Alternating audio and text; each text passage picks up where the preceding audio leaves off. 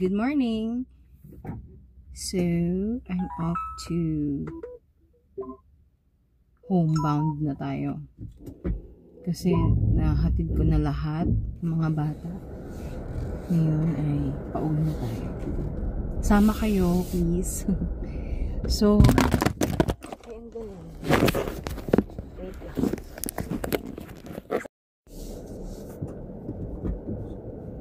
So it really can't be helped na malaglag siya kasi ano ang tawag dito? Tsaga-tsaga tayo. Gumamit na ako ng magnet phone holder niyan. So as I've said sa first video ko, hindi na tayo mag-aesthetic kasi this video, please fasten the seat belt. Nabuko tuloy ako.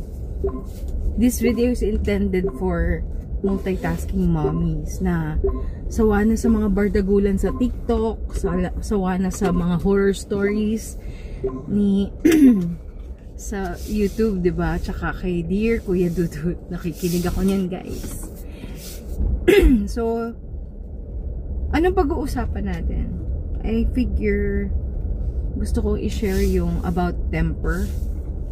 As a parent, as a mother, ang hirap talagang i-manage ng temper, lalo na sa umaga. And, guys,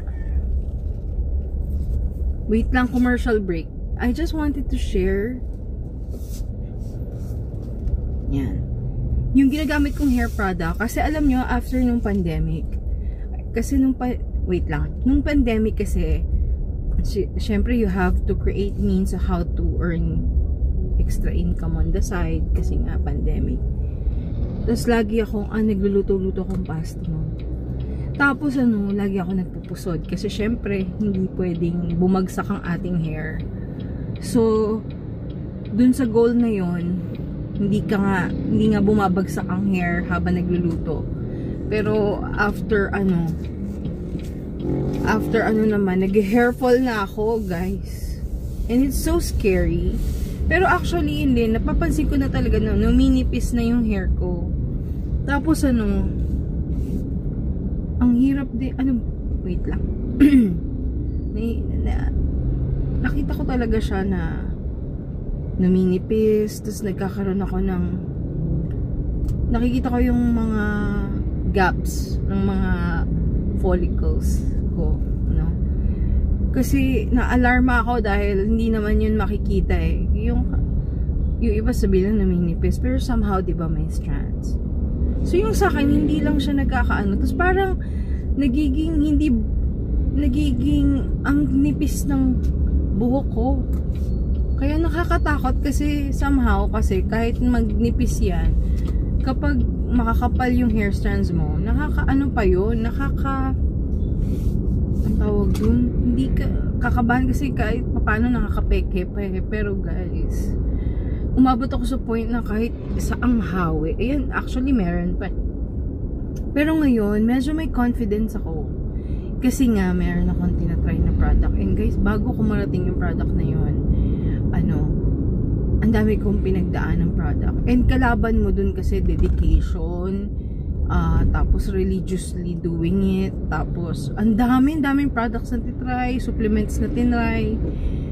Kasi kahit secured ka, yung sasabihin mo I'm embracing myself, yung ganon, hindi talaga, hindi aabot ka rin sa point na ano ba yan, parang pag tuwing parang ayaw mo nang humarap sa salamin kasi makikita mo yun. Tapos di ba sabi nila ang hair fall, ang dulot niyan stress.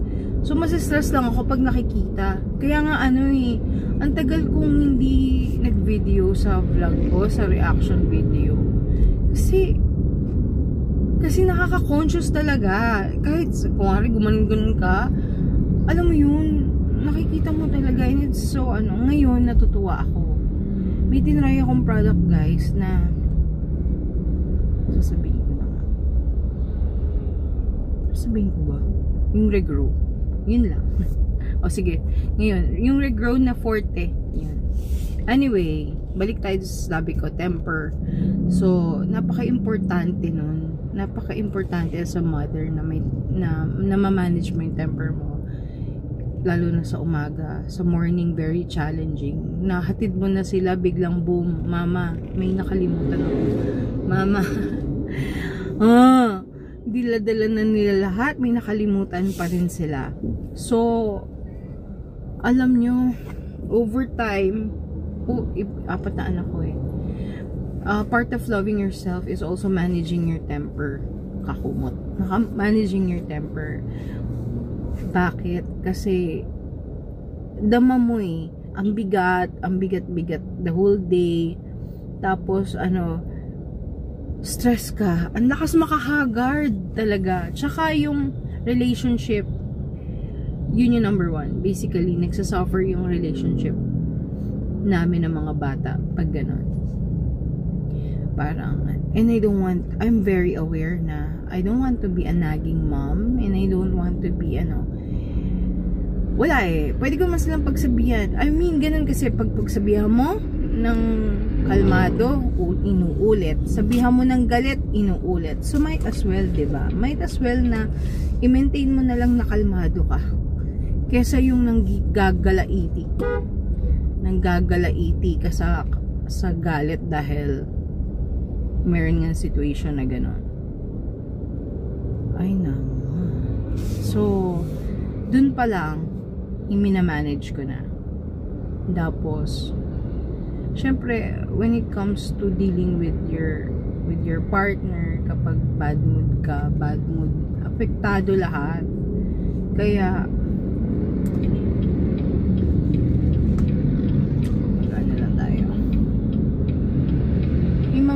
talaga na kapag sumenyas ka sa kanan, no? Yung kuwari, lilipat ka kasi hindi pala mag-go yung nasa harap mo. Kahit may space pa sa gilid nila talaga, hindi sila magbabudge. Anyway, as I was saying, pag yung temper mo, hindi mo na-manage kasi pati sa partner mo na hindi na re-release mo yon yung galit na yon. Kaya, sa totoo lang, malaking part na marunong kayong maging agad, magbago ka ng mood, ganon. And before, mahirap eh. Pero actually, it's also beneficial for me kasi ang tawag dito, maganda yung nadudulot niya sa akin kapag in a snap of a finger or in a snap, mababago ko yung mood ko.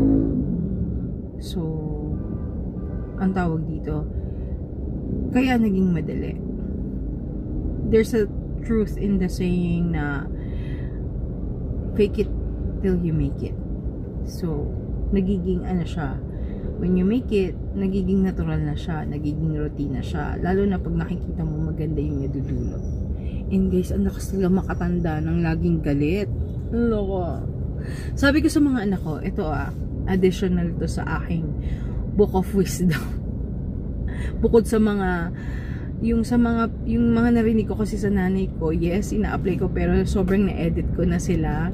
Ayoko na siyang yung pag nabasa ng mga anak ko yung meme sa Facebook, sa future, sinabi to na nanay ko, dati pa pala to, hindi, binabago ko. So lagi ko sinasabi na sa kanila na please naman, deserve ko naman to, deserve niyong pagsilbihan ko, pero deserve ko naman na maging cooperative kayo sa akin. Yan yung mga lines. Hindi pwede may kapareho. Kailangan may originality ako. Hindi pwedeng pwede nyo i-apply yun, no? Pwede nyo naman rin gawin yun. Tag dito, ayoko lang talaga na malaman, ganun din pala yung iba. Yung pag nakita nila sa mga memes, ganun pala talaga sinasabi ng mga nanay.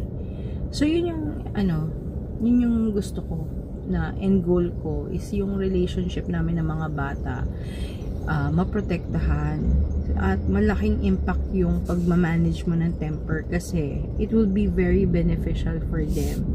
And sa totoo lang, every day is a training ground for me with me and my children. I hope I don't sound like dictating you na this is what you should do. I am just sharing kung paano ko na susmutsi. Alam nyo kasi may time na, di ba pagising mo, sobrang tamad. May time yun na sobrang tamad na tamad ka to do stuff, to do things. pagod ka na, kagigising mo lang, pagod ka na, lalo na pag nagising ka ng 2:30 or 3 para magbanyo, yung punong-puno yung pantog mo, tapos sa pag natulog ka, yun ang wawasak sa'yo. Kaya as much as possible, sana hindi na lang ako umiinom ng tubig para hindi ako nagigising. I mean, yung bago matulog. Ang tawag dito, yun yung, bakit ba yun ang sinabi ko? Yan, may mga senior moments na ako. Yun, yung parang, hindi, yun, pag magagalit ka kasi pag nagising ka, hindi pa sila gising. So when I open, yun, okay, naalala ko na. Yun, yung pagising mo lang, pagod ka na, no? Guys, it can stretch, that feeling can stretch to 30 minutes and 1 hour. To 1 hour. Kaya kung, alam mo yun, kung ikaw rin yung, no choice, ikaw rin talaga gagawa ng mga preparations and all, nagpasan nyo lang guys yun, tuloy-tuloy lang, mga co-mommies, co-parents ko dyan, lagpasan nyo lang yung phase na yun, and then you'll snap to your normal self, to your regular self na. Kasi meron ka pang dyan, niisip mo, kailan kaya ako babawi ng tulog pag uwi ko, ganun. Pero pag nalagpasan mo yun, yung 30 minutes to 1 hour na kumikilos ka lang kahit tamad na tamad ka, I'm telling you, you'll be back to your roadmap for the day. So, ayun. Ganun ko siya na na feel. Kaya, dati, nung hindi ko yun, yung parang nag-give in ako sa pagiging, yung babagsak yung katawan, yung gano'n, matutulog, gano'n, or mag-give in ako dun sa feeling na yun. Wala eh. Talagang buong araw apektado. Pero nung natutunan ko yung technique na sige lang, may routine ka naman sa umaga eh. Sige, tuloy ko lang. Yun. Na-overcome naman. And I think ganun din sa mga ibang aspeto which I'll be sharing sa mga susunod na panahon. So, yun lang muna. Mahirap naman kasing maraming facets ang pag-handle ng temper.